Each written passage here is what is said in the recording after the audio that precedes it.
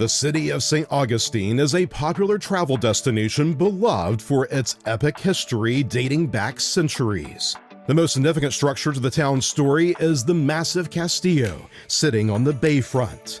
Completed in the late 17th century, it is the oldest masonry fortification in the nation and a favorite of tourists. Some visitors might be surprised to learn the Castillo de San Marcos is not St. Augustine's one and only fortification. At one time, 3 existed in St. Augustine. Fort Matanzas to the north of town was the nation's first legally sanctioned free African settlement, predating the founding of the country. While the fort is no longer standing, the site has a museum and 40 acres of thick hammocks and green maritime forest to explore. South of St. Augustine sits another fort built in the 1700s to ensure protection of the city via its many waterways. Off the radar compared to the attractions in Old Town, Fort Matanzas is an outdoor experience that's well worth the short drive.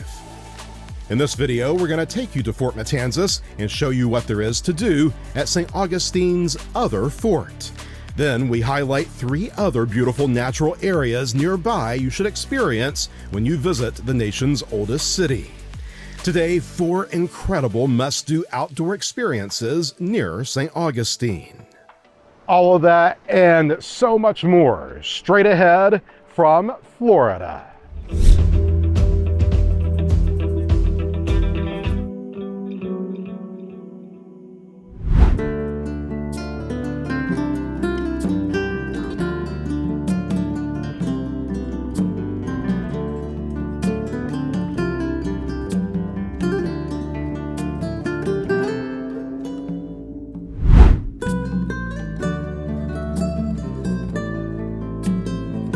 At the southern tip of Anastasia Island is Fort Matanzas National Monument.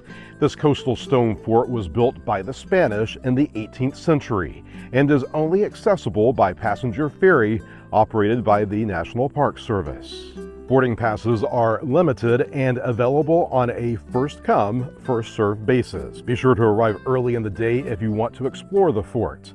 We secured passes for the 9:30 ride over to Rattlesnake Island, the home of Fort Matanzas, the only fortified watchtower with Spanish architecture in the nation. While St. Augustine was the first permanent European settlement in what is now the United States, by 1740 it faced a threat from the north.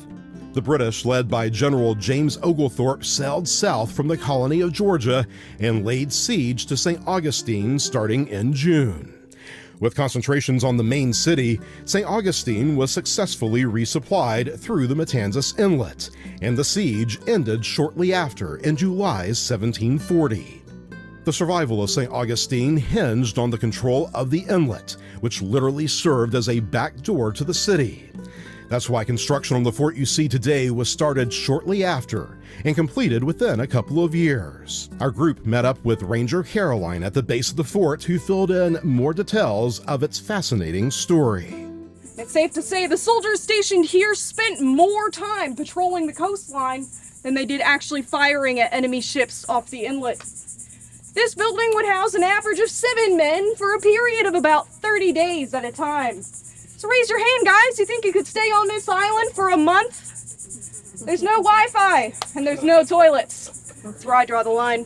Now this is a 2-story structure. You've got a top window and a bottom window. So this bottom window is the enlisted men's barracks. This would be shared by an average of 6 soldiers. Now that top story up here, that's the officer's quarters. He's got that room all to himself. In that room, he's also got the food storage, the entrance to the powder magazine where they keep the gunpowder, and the ladder that goes to the very top, the observation deck.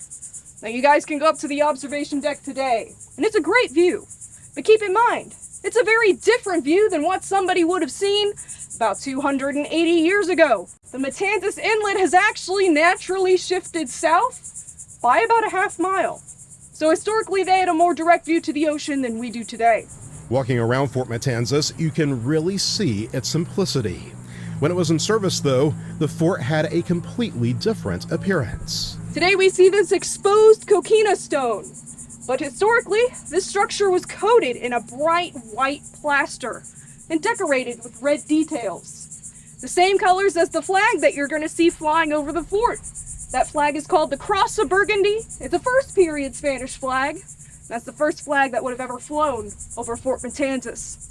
Now, having the fort those colors was a symbol to enemy ships approaching that they were now in Spanish territory. The structure sat abandoned for many years and was falling apart at the turn of the 20th century. This rounded sentry box was a common architectural feature of Spanish Caribbean forts.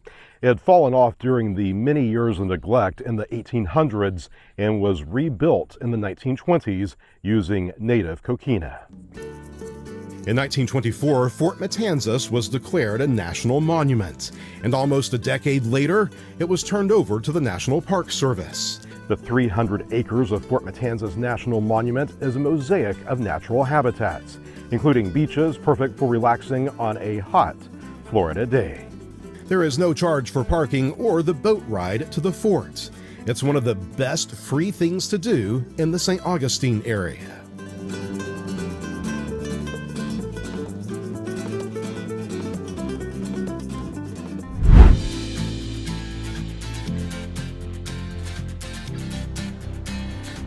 We're at what I believe to be the most visually stunning beach on the east coast of Florida.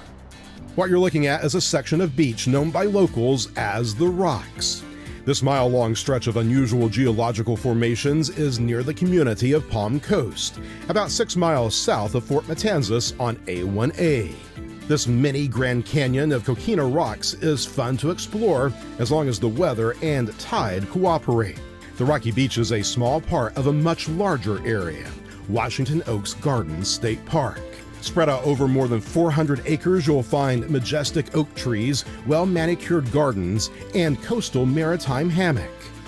In the 1930s, RCA founder Owen D. Young and his wife Louise purchased the property to use as a winter retirement home. She immediately went to work developing a series of formal gardens with native and exotic plants, as well as a rose garden.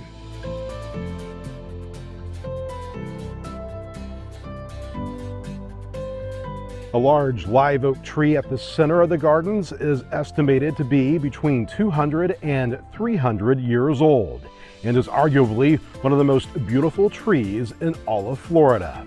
Wooden benches at the base of the tree encourage visitors to sit a spell.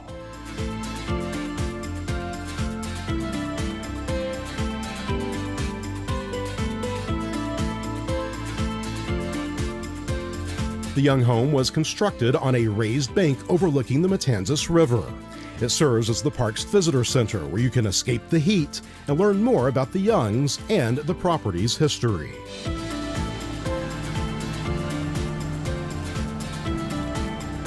There are plenty of recreational opportunities on the grounds of Washington Oaks. Visitors can picnic and fish from either the beach or seawall along the Matanzas River. There are also a number of hiking trails for walking or biking. This log building was erected in the 1940s and served as Mr. Young's office, complete with a coquina rock fireplace and cypress wall panels. On the second Saturday of every month, a plant sale is held by the organization Friends of Washington Oaks. A number of the plants are grown in the park by volunteers. All proceeds go to park maintenance and upkeep.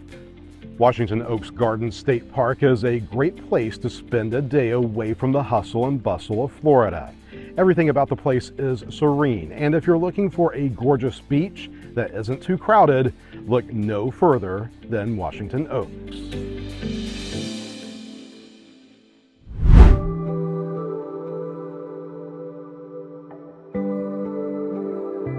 Covering more than 6,000 acres, Faver-Dykes State Park is a little off the beaten path, but still conveniently located just off of I-95.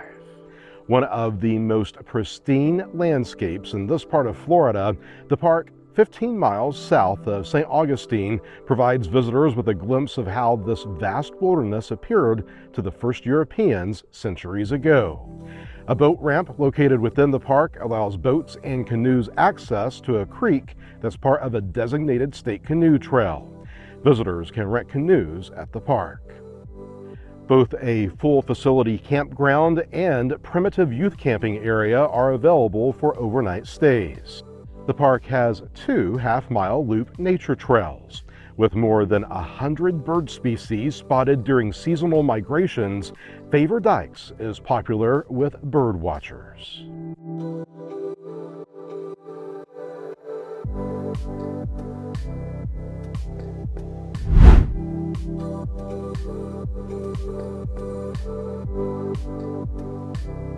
Consuming 1,500 acres just over a half-hour drive south of St. Augustine is Princess Place Preserve. This Adirondack camp-style hunting lodge was built in 1888 by wealthy New Englander Henry Cutting. After he died, the property was passed on to his widow, Angela. She went on to marry an exiled Russian prince, assuming the title of princess, hence the current name.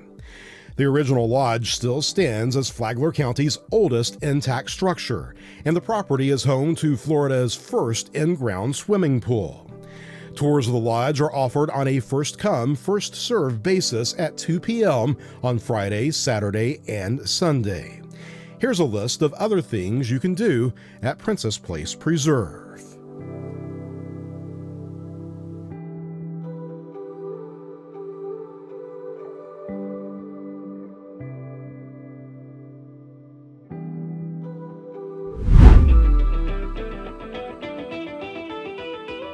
That's it, a look at 4 incredible outdoor experiences near St. Augustine. What are your favorite things to do in this part of Florida? Let us know in the comments. It's always a pleasure hearing from you. Do you enjoy this type of content? We'd love to have you sign up for our free newsletter, Gallivanter 75, where we provide quick tips and photos from some of our favorite places. Sign up now free at our website, ChadGallivanter.com. As always, thank you for watching. From Florida's First Coast, see you next time.